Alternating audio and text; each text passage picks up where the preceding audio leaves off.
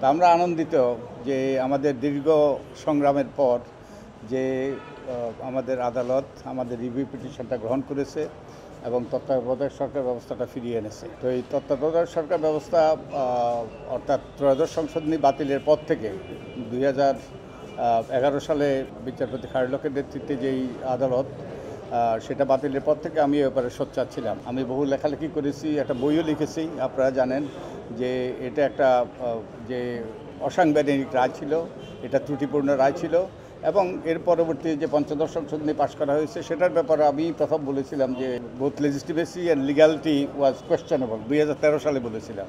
তো এই দীর্ঘ সংগ্রামের পরে শেষ পর্যন্ত এটা আমরা একটা ফলাফল পেয়েছি, আমরা অত্যন্ত আনন্দিত। তো এই দিনে, এই আনন্দের দিনে আমি আমাদের প্রয়াত প্রফেসর ফয়ল আহমদকে আমরা স্মরণ করতে চাই। তার স্মৃতি, তিনি আমাদের একজন পিটিশনার ছিলেন, তিনি প্রয়াত হয়েছেন, তার স্মৃতির প্রতি শ্রদ্ধা জ্ঞাপন করতে চাই এবং একই সাথে আমি ধন্যবাদ দিতে চাই আমাদের ডিস্টিংগুইশ প্যানেল অফ লয়ার্স এবং তারা সম্পূর্ণ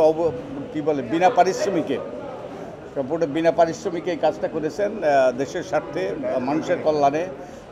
তো আমাদের এই তত্ত্বাবধায়ক সরকার ব্যবস্থা বাতিলের মাধ্যমে এবং যেটা করার ক্ষেত্রে বিচারপতি খায়রুল তিনি যে তার রায়টা অবধ দিয়ে দিয়েছিলেন। আমাদের এই তত্ত্বাবধায়ক সরকার ব্যবস্থা বাতিলের মাধ্যমে নির্বাচন ব্যবস্থাকে নির্বাচনে পাঠিয়ে দেওয়া হয়েছিল, যার ফলে তিনটি নির্বাচন আমাদের বিতর্কিত নির্বাচন হয়েছে, জালিয়াতি নির্বাচন হয়েছে। তো আমরা আশা করি তার অবসান ঘটবে।